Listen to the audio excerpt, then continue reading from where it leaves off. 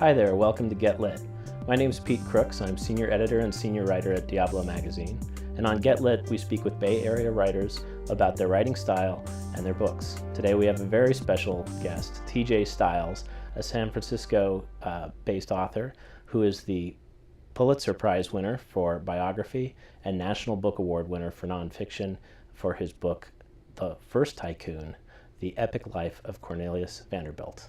Thanks for coming, TJ Stiles. It's my pleasure. Very good to see you. So congratulations on the great acclaim. I imagine a book that requires this much research and time spent writing and production, you couldn't imagine the end result to win these national awards. It's kind of a bewildering experience. You pour so much of yourself into this book, and it's this interior experience for so long.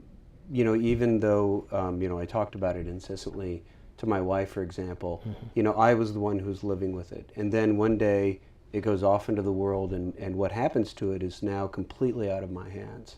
And you go from being able to control every, punctuation mark to having absolutely no control over his life whatsoever. So, needless to say, this is as happy as I could possibly imagine being about the reception for my book. Well, let's talk about the origins of this project. It is such a dense but fascinating and really fun to read history lesson and socially relevant in so many ways to the world that we're living in now. It's not simply a time capsule about a man that lived long ago. What was the origin of this project? My thumbnail description of my approach to writing a biography is to tell good stories and ask big questions, sort of my version of inform and entertain. And, I'm drawn to larger-than-life lives, so to speak, really big, dramatic lives, and lives that speak to really large questions about the United States, about American identity, about how we've come to be who we are. Now, my previous book was about Jesse James, and in that book I took issue with the traditional view of Jesse James as a Robin Hood figure and tried to show that actually his fame during his lifetime related to the Civil War, to emancipation, to the struggle over civil rights during Reconstruction, and that Jesse James was actually a former Confederate and had nothing to do with the resentment of farmers against the railroads or the banks. However, in investigating that question, I delved into the economic history of the 19th century, and almost surprisingly, I found it fascinating. The rise of the corporation, the rise of the railroad are really big issues, obviously, ones that we're still feeling today in our very different world. And in Jesse James, I actually moved in a different direction, but I wanted to write about someone who touched on those issues and still had a dramatic life. Cornelius Vanderbilt presented himself. So in the writing process, it must be easy to become distracted and take off on an entirely different tangent than where you expected to go. How do you sort of rein yourself in and stick to the project and allow it the freedom to take an alternate route perhaps, but not all of a sudden turn a Jesse James biography into a Vanderbilt one? That's a very good question, because inevitably I think authors tend to run down those blind alleys, or alleys that belong in a different city. In this case, for example, there were entire chapters that I wrote that ended up coming out of this book. There are chapters that had to do with early California history during the Gold Rush, chapters that had to do with one of Vanderbilt's enemies, who was Cornelius Garrison, who was one of the first mayors of San Francisco, and his entanglements with the filibuster movement, these freelance American adventurers who during the 1850s sailed off to Latin America and tried to seize parts of Latin America to attach to the United States. And they're fascinating stories, but they weren't Vanderbilt stories. And some of it I cut out on my own. Some of it my editor came back and said, look, you've got to take out huge swaths of material. And I had to go back and rethink. And then came the line editing. But those moments when you've delved into these huge issues, and then you realize, this just isn't a part of my story. They can be kind of heartbreaking moments. And yet all of that work finds its expression, maybe not on the page. It might be the confidence with which you write your story. Or it might be the depth of understanding that you have when you discuss certain issues that are important in a person's life. So in a way, that all that effort wasn't wasted, though I would have been happy not to have done it, I think. Mm-hmm. And yet at the same time, it's very hard to, when you start off digging into something, you don't know where it's going to lead you. And so, there's no hard and fast rule for how to draw the limits on a project.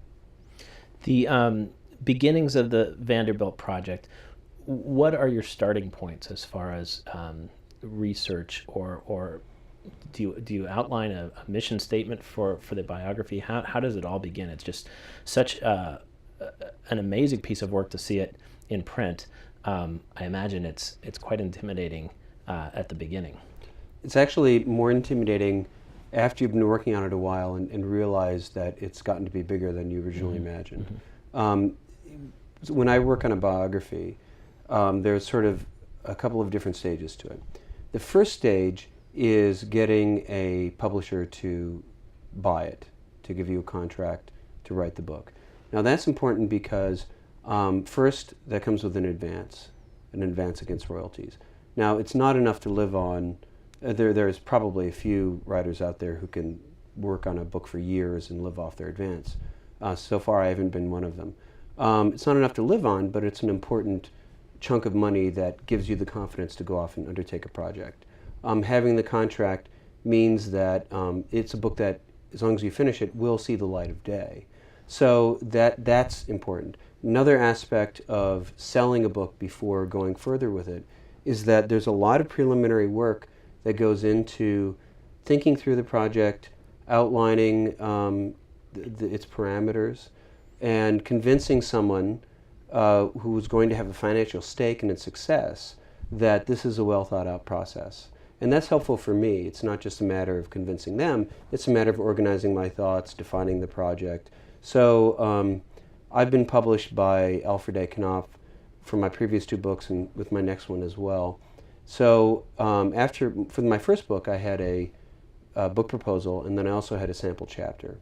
And the book proposal, it goes through a chapter by chapter outline, talks about other books on the subject, discusses the matter, and then the sample chapter gives you a taste of how you're going to actually write about this subject.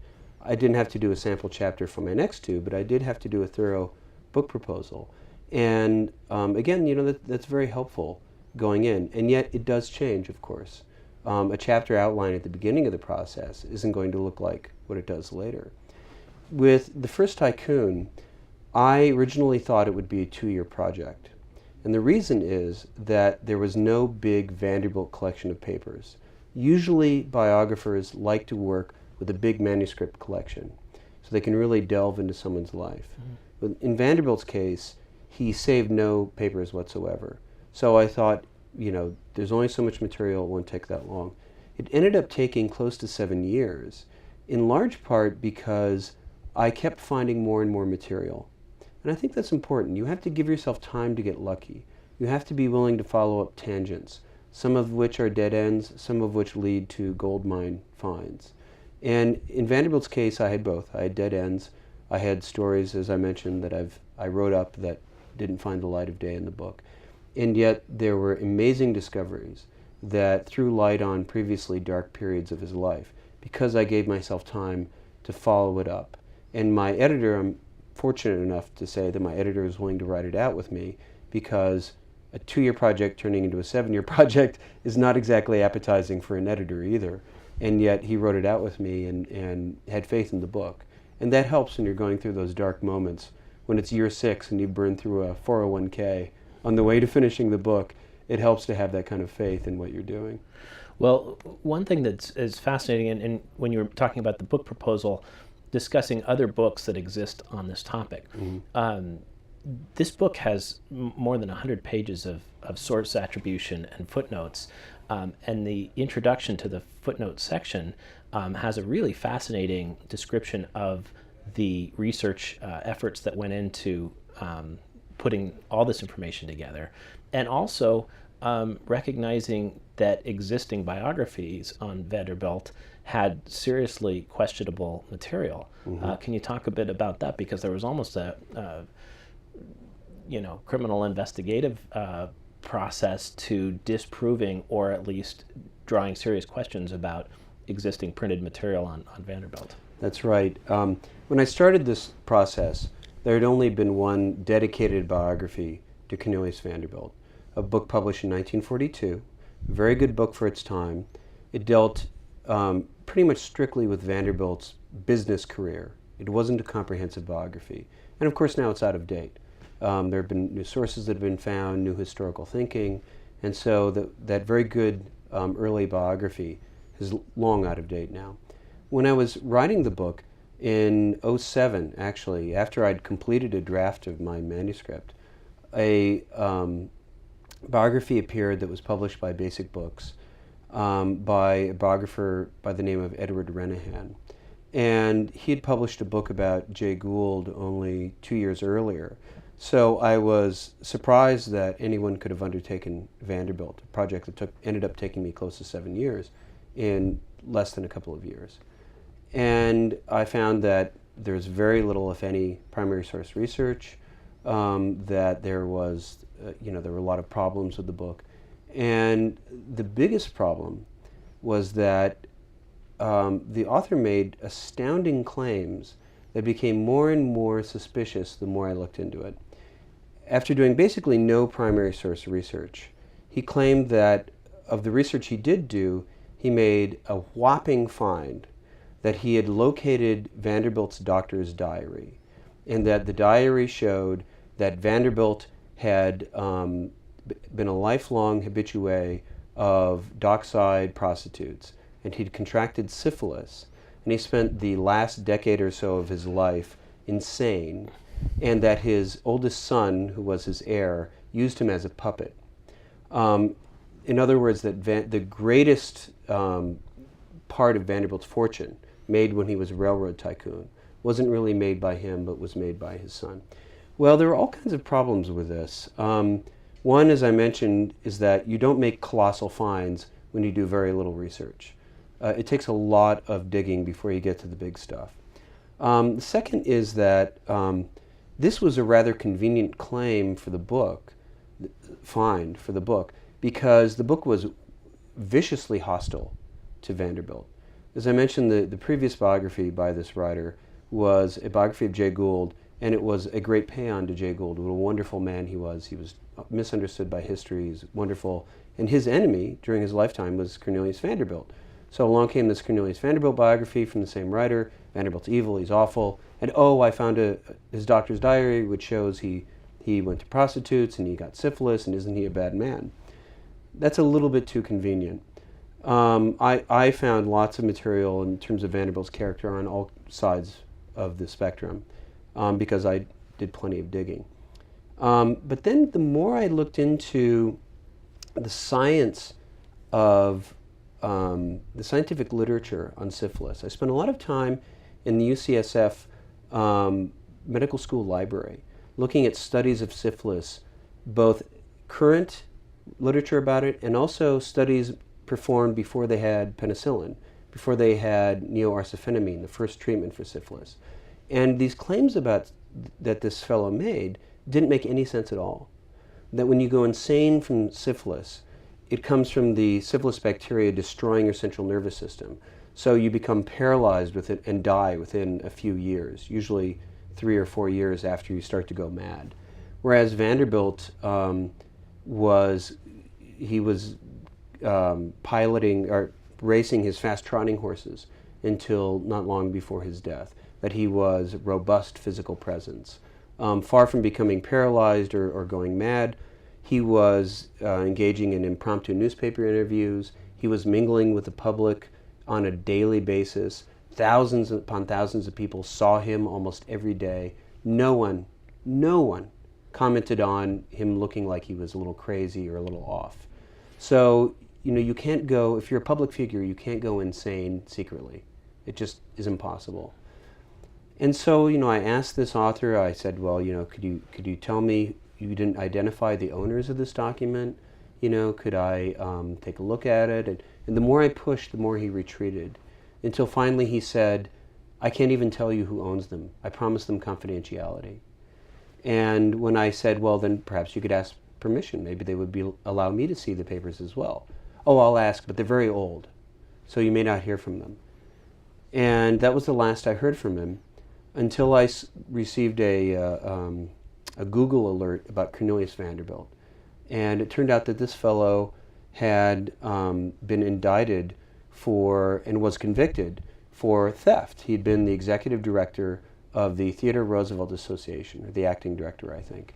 And he'd stolen historic documents, and he had, from their archives, and he'd sold them through an auction house for $100,000. And he apparently got caught when he was trying to do it again. And his defense was that he had severe bipolar disorder, and as a result, he was reckless, he was carrying out all these actions that were harmful to himself, and he was sent to prison. Well, at that point, kind of the light bulb went off, and I thought, okay, he made this up. Now, I don't know that for a fact, of course. I don't want to be sued, right, by accusing him of a hoax. But it certainly raised, that was the kind of the last alarm bell going off for me. But that was at that point when I realized there's a book out there saying something that I think is just basically not true, and that it's based on sources that, at the very least, no one else can inspect and debunk, sources that possibly don't even exist. It was months of a roller coaster ride for me as I pursued, this huge revelation, as I became convinced that it was something of a hoax, and then, finally coming to completion with this other biographer actually going to prison. I wrote and rewrote and took out and struggled for a way to grapple with this issue in my work. And finally, I think I handled it well. I mean, in print, I tried to be as fair as possible to him while being completely honest about the fact that this stuff doesn't hold water. There's another thing I like about this book, your book, which is that it does not read like an 800-page Wikipedia entry on the chronology of Vanderbilt's life, but it allows you to recognize the influence on our contemporary society, both our economic system and also our infrastructure. And on your website, it mentions that your new residence in San Francisco, you can see a channel that was a shipping channel, which was developed by Vanderbilt. How many of these revelations did you have in the 7 years of researching where you could see these tangible existing infrastructures that were directly, due to his clout? Well, this is interesting because Vanderbilt's legacy falls into sort of two categories. When we think of 19th century railroad tycoons, we tend to think of the Stanfords, the Hills, the people who built the giant transcontinental railroad lines, these great feats of infrastructure construction. Vanderbilt, by contrast, wasn't involved with those great Western railroads, but he did leave a physical legacy, that first part of his legacy, that remains central to New York City today. This starts with the Staten Island Ferry. The current municipal ferry is actually the direct ancestor of a line that he started as a businessman. He created the original Grand Central Station, the Grand Central Depot. There was no railroad depot at 42nd Street and 5th Avenue in Manhattan. The one that is there replaced the original one that Vanderbilt constructed. Park Avenue is a beautiful, luxurious avenue in Upper Manhattan because Vanderbilt sunk at great expense the railroad tracks that had run along what was then called 4th Avenue and turned a very undesirable, gritty, kind of smoke-filled street into a lovely boulevard which had a park down the center instead of a railroad line. Vanderbilt constructed other infrastructure that's still central to the life of New York City today. At the same time, Vanderbilt's legacy in building up New York more broadly is also shared by, as you mentioned, San Francisco as well. During the California Gold Rush, San Francisco and California was dependent upon its steamship lines, which connected with the land crossing in Central America to the rest of the United States. And this is the way that the gold moved, the way that commerce was carried out, the way that news traveled. Vanderbilt constructed or started a steamship line that ran through Nicaragua, which dramatically cut prices, that sped up the speed of motion, and he played a direct role by improving the speed of transportation and lowering its costs in building up San Francisco. His route across Nicaragua was discussed by president after president before the Civil War as a strategic imperative for the United States. So the rise of San Francisco and of New York, you know, he didn't do that himself by any means, but that is a part of his legacy. Finally, there's the other side of his legacy is not the physical world, but it is the abstract economic world we live in today. When he started out in life as a business person, as a sailor actually, the corporation was a very different creature than it is today. Until the Civil War, corporations were few enough, publicly traded corporations, that the New York Stock Exchange would trade stocks and bonds one at a time. Then after everyone was done, they would go on to the next one. After they went through the whole list, they would have lunch. Then they would go through the whole list again. So the corporation was a different creature than it is today. Vanderbilt helped take it, find its potential, and create the giant corporation, create the corporation as sort of the central form of business in today's world. His sophistication, a man who had no education, his sophistication and ruthlessness in the financial markets helped to make Wall Street the center of the American economy, as it had not been during his youth. And so the way in which today's world is, we found with the financial panic of '08 and then the ensuing recession that we've been living through, we're all now very aware of things like mortgage-backed securities and the kind of abstraction of our economic world, the way in which the financial world, which is so abstract, has a very real effect on the economic world that affects, you know, how much food we can put on the table and whether we can own our houses. And Vanderbilt was at the center of that transformation. We find his legacy really in almost every corporation that exists today. So that was really interesting as I delved into that side of the story as well. It's a subtler, less definite legacy, and yet I think it's even more important. That's fascinating. I want to ask another question about your work as a biographer.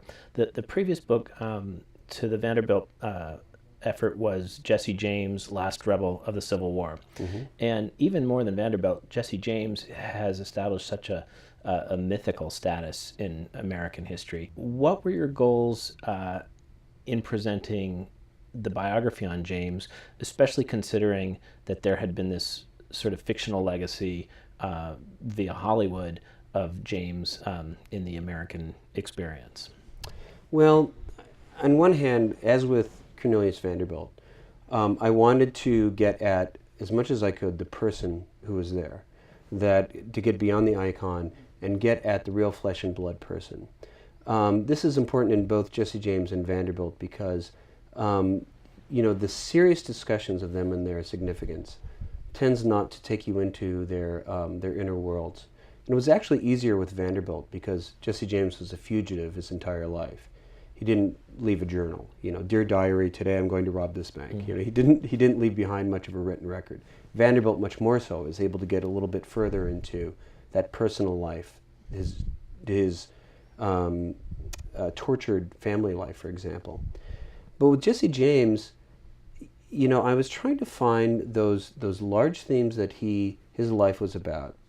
And those large themes were the Civil War, emancipation, Reconstruction, the consequences of this terrible war the United States had undergone. That actually began by taking seriously what Jesse James himself had written.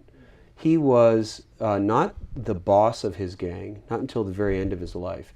He was one among equals. His brother Frank, the younger brothers, they were a small group and they sort of operated collectively.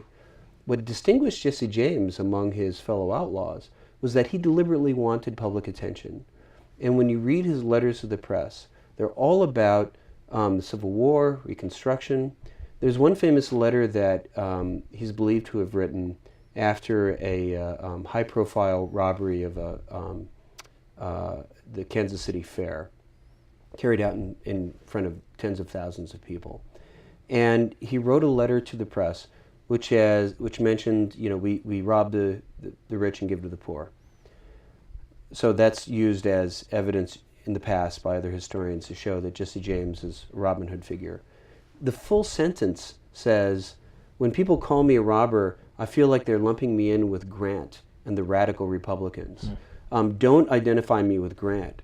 They rob everybody and keep it themselves. At least we rob the rich and give to the poor.